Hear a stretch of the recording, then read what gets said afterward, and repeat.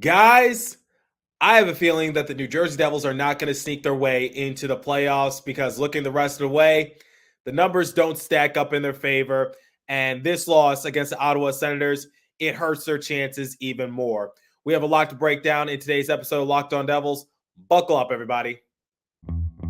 You're Locked On Devils, your daily podcast on the New Jersey Devils, part of the Locked On Podcast Network, your team every day. Hi, this is Bryce Salvador, and you're Locked On Devils with Trey Matthews. Scores! Oh, Stevens stepped up, nailed it. Brodor's got the puck. What a shot. The Devils win the Stanley Cup. Alrighty now, what is up, New Jersey? Welcome back to the Locked On Devils podcast here on Locked On Network. I'm your host, College Hockey Play-by-Play announcer, Devils writer for Pucks Pitchforks, and also part-time credential media member, Trey Matthews. Normally, I don't record episodes during the weekend, but I know I've been lacking on my content as of late. And like I always tell you guys, when I miss an episode, I try to make it up to you guys. And I wish I could give you some good news about the Devils, but the only good news I can really give you is that after this game against the Ottawa Senators, the Devils' chances of getting the first overall pick in this year's NHL draft, they have increased by 2.6%. That's all the good news I can really give you because this game was just ugly to watch. In today's episode, in the first segment, I will talk about the Devils going the rest of the way because this is something that a lot of people have a lot of questions on, which is, what are the circumstances surrounding the Devils? Is it still possible for them to make a miraculous run to the playoffs? Should they just be gearing up for next season?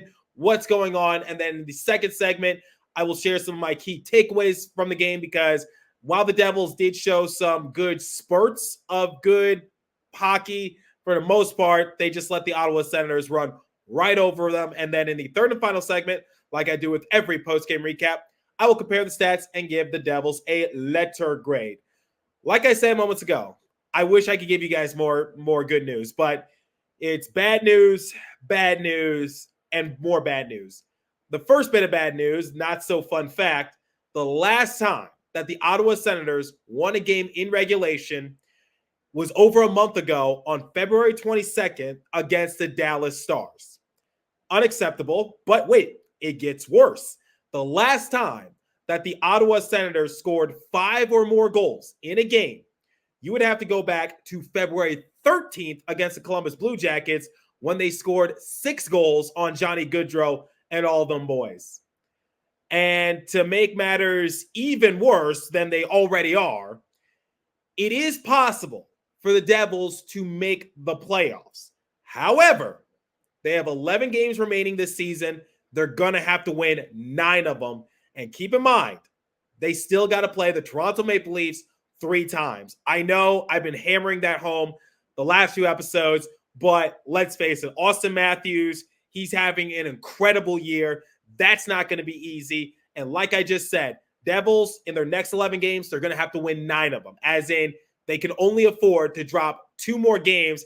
And even then, they're still going to have to rely on some other teams to bail them out. Because, for example, if the Detroit Red Wings, if they win the rest of the way, it's not even going to matter because as I'm recording this episode, the Detroit Red Wings played against the Nashville Predators and they lost 1-0 in regulation, which means if the Devils had won this game against the Senators, they're only 4 points behind the Red Wings for the second spot in the wild card. And this goes back to my previous post-game recap episode in which I said that, yes, the win against the Winnipeg Jets, it was humongous. It was big, and it is the epitome of March Madness because my bracket's not doing well, by the way. It was in the high 90s just a couple days ago. Now it's in the mid 70s, and this is the point of March Madness in which I just stopped watching because all the upsets have occurred, and my bracket has gone into the gutter. But digressing a little bit, it was the epitome as to what happens in March. Madness. But I said that the Devils were still stagnant, as in they didn't really move the needle. They just stayed where they were at. They didn't move forward, but they didn't move backwards either. They were still 6 points behind the Red Wings, and that's what I'm talking about, which is it's not enough for the Devils to win. They need some help. And based on how everything has gone the entirety of the season, if I'm just giving my honest opinion, I think the Devils' season is pretty much a wash. They're just going to have to prepare for next year, and I really do want to believe in them, but they have to show me something. And I think that's something I've been hammering home on this show, which is I really do want to give you guys hope. I really want to be optimistic. I don't want to put this season to bed.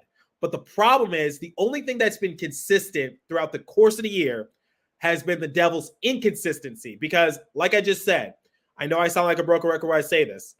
They have to win 9 of their next 11 games. Keep in mind, the longest win streak that the Devils have gone on this season is 3. And the last time they did that was in late December. Do you know how many back-to-back-to-back wins they have in 2024 in this calendar year? A big goose egg, 0. Goes to show you that I do want to believe in them, but they're really going to have to turn it around quickly, and they're going to be doing it at the last minute. But like I said, it's March Madness. Anything can happen, and maybe they can go on a Cinderella-type run. But for the time being, not looking all that good and dropping this crucial game against the Senators, especially when this episode goes live.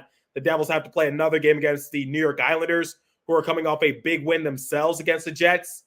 It makes things all that much harder. And we all know how much the Devils have struggled on back-to-back outings this season. If I could just give some retrospective at this point in the season, this is something that I feared early on, which was the Devils dropping those games against the Canadiens, the Sharks, the Ducks, the Blue Jackets one time, and now the Senators, because like I said, the Senators, while they have won games throughout the past few weeks, the last time they won in regulation was in February, over a month ago. It just goes to show you that had the Devils just like taken one or both of those points, then they'd be in a much better position. And now you're in a circumstance in which you basically need to win the rest of the way. You need some help from your opponents, and it just puts you in a very awkward situation. Now you're like a mouse in a corner, and you can't climb out of it.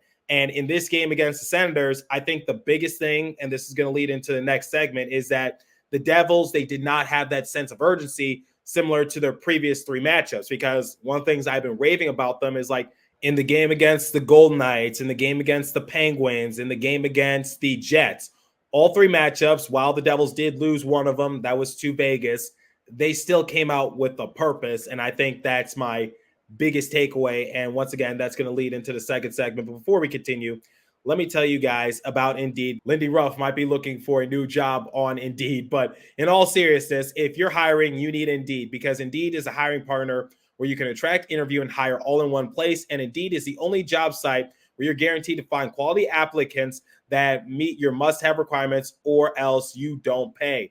Instead of spending hours on multiple job sites hoping to find candidates with the right skills, you need one powerful hiring partner that can help you do it all. I've actually used Indeed myself to find play-by-play gigs, and I love it, and I highly recommend it. Start hiring right now with a $75 sponsored job credit to upgrade your job post at Indeed.com/lockedon. Offer valid through March 31st.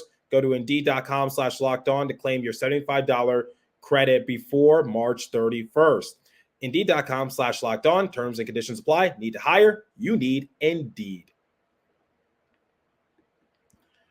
Okay, Travis Green was quoted to say that everything he liked in the previous few matchups from his team, they did the complete opposite in this matchup against the Senators. And as simple as that's put, he is absolutely right, because the thing I said in the previous segment was that I think one of the things that I've been the biggest fan of the Devils after their crushing loss to the Arizona Coyotes was that in the game against the Golden Knights, the Penguins, and also the Jets, they played with a sense of urgency because their season's on the line. It's being held onto by a string, and you basically need to win out if you want any chance of making the playoffs.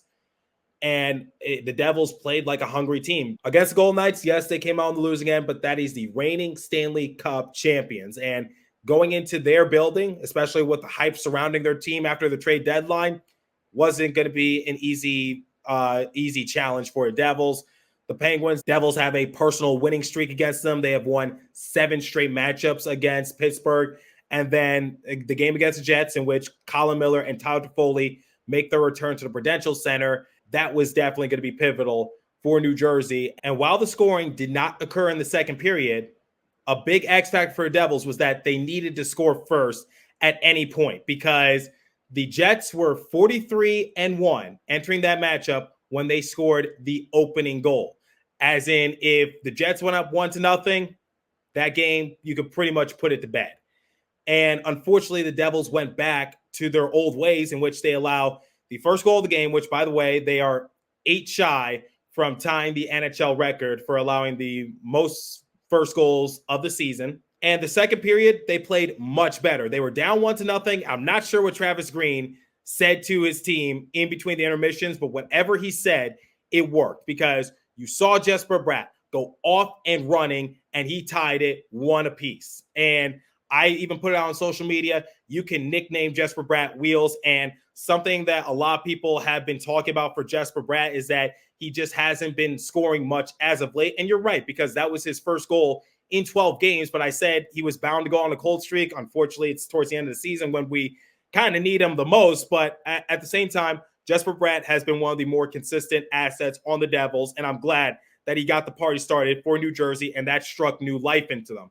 And then Tomas Nosek, not too long after, in the opening minute, thanks to Dawson Mercer, who, by the way, was able to maintain the puck despite falling down onto the ground, tipped it over to Palat. Palat found Nosek, and Nosek scored. 2-1 Devils. Right there. There's your chance. Okay, you got off to a slow start in the first period. You allowed the opening goal, but you just scored 2 quick goals within the opening minute of the second. And yet you can't keep your foot forward, because just 4 minutes later, Ridley Gregg, he tied it up. And that shifted the momentum back into the Senators' favor. And then Angus Crookshank, he got his second career NHL goal on a great one-timer, which, by the way, I in real time, I did not know that puck went past Jake Allen. That was a beautiful play drawn up by the Senators. Quick passing, and then they set up Crookshank on the one-timer shot, and he let a missile go off his twig. I just got to give credit where credit is due. But nonetheless, 3-2 Senators. And then Shabbat scored a little later in the period. And then Batherson scored in the third period to basically put the game to bed. So the Devils allowed 4 unanswered goals to the Senators despite taking the 2-1 lead. Where was that sense of urgency that you had the previous few games? You need that more than ever. And going up against the Islanders, I don't know what to make of the Islanders, because they were recently on a 6-game losing skid, but they just won a big matchup against the Jets. I don't know what to make of them. They've been wildly inconsistent, but then again, the Devils have also been wildly inconsistent. I don't really know what to make of that team, but I did know what to make of this Senators team, which was a team that I think kind of fell into the favor for the Devils, because they won their first matchup against these guys 6-2 back in late December, which, by the way, that was around the time in which the Devils won 3 straight matchups. And the slow start just came back to bite the Devils once again. But I think another thing that really hurt them was the amount of penalties they took. You got to stay out of the box. The first penalty they got was Kastelik and McDermott. They drop the mitts and they go toe-to-toe. McDermott, that's what he's paid to do. No harm, no foul. It's his bread and butter. But then later on in the period, Luke Hughes, he goes off for hooking. Devils get a too many men on the ice penalty that's served by Alexander Holtz, which, by the way, I saw on social media.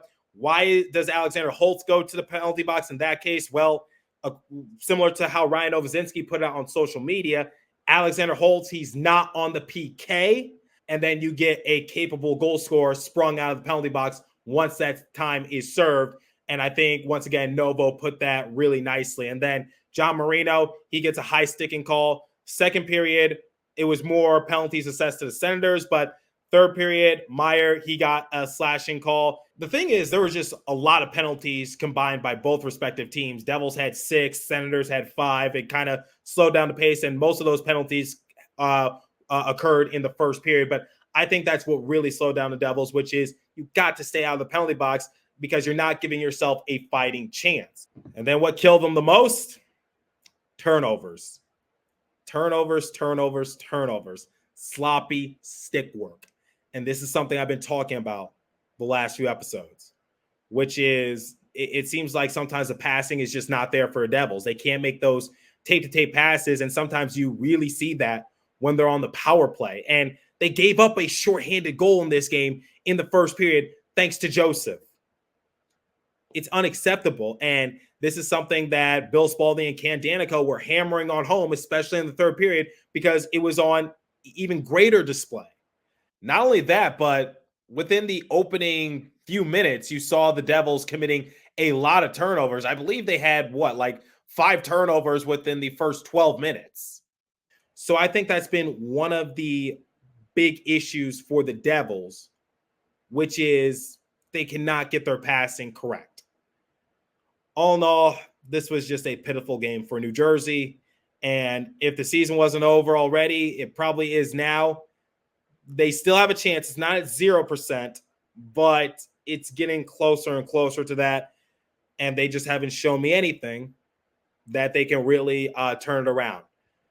But that's my 2-cent opinion. All right, we're going to compare the stats, give the Devils a letter grade momentarily. But first, let me tell you guys about FanDuel. Because why not make some extra money on basketball and also maybe the Devils while you're at it? Say goodbye to busted brackets, and I could kiss mine goodbye because mine is busted big time. Because FanDuel lets you bet on every game of the tournament. Whether you're betting on big upset or a 1 seed, it's time to go dancing on America's number one sportsbook. Right now, new customers get $200 in bonus bets if your first $5 bet wins. That's $200 to use on point spreads, money lines. You can even pick who's going to win it all. Just visit FanDuel.com/lockedon and bet on college hoops until they cut down the nets. Please remember to always gamble responsibly. Okay, let's compare the stats, give the Devils a letter grade, and get out of here. Shots on goal differential, 25-20 in favor of the Senators. Here's the thing. I know Jake Allen has been used like a working horse the last few games, and I know I'm big on trying to rest your goalies, but in this case, the Devils are in a supposed playoff push. They need any sort of momentum. Jake the Snake has been phenomenal in between the pipes, but I'm glad that the Devils at least are limiting the shots that he faces. That's all I can say. Face-off percentage, 55.6% to the Devils, 44.4% to the Senators. Power play, Devils were 0 for 4. Senators were 0 for 5. At least I can just say that the PK was all right for the Devils, but the power play, absolute pitiful. Hits, 8-4 in favor of the Devils. Block shots, 11-10 in favor of the Senators. Giveaways, 13-7 in favor of the Devils. Takeaways, 8-7 in favor of the Senators. I had to give the Devils a letter grade. I wish I can look at some positive aspects, but I guess the only thing I can look at fondly was the first minute of the second period. Other than that, it was a downward spiral for New Jersey. They got off to a slow start once again. I'll give them a couple points for at least showing some sort of a fight at some point during the game, but I'm going to have to give them a solid D. I'm not going to give them an F because they did lead the game at one point, but they just let the momentum die, and it was right there for them at the tip of their fingers. That's the letter grade I'm going to give them. Let me know what you guys think. Are you still holding on for hope that the Devils can make the playoffs? What did you like in this game? What didn't you like? Because I think that's going to be the main talking point. And looking at the schedule ahead, do you think there's any chance the Devils win 9 of their next 11? Because that's what Bryce Salvador was saying on the broadcast. Let me know what you guys think. Leave a comment down below if you're watching on YouTube. If you're listening on podcast streaming service, hit me up on my personal X Page app at TreyMatt4 or the show's X Page app at Locked On Devils. As for today's episode, that's all the time I have for you. Continue to stay safe. Have a wonderful day, New Jersey. Go Devils. I'll catch you guys in the next episode. Thanks for listening once again.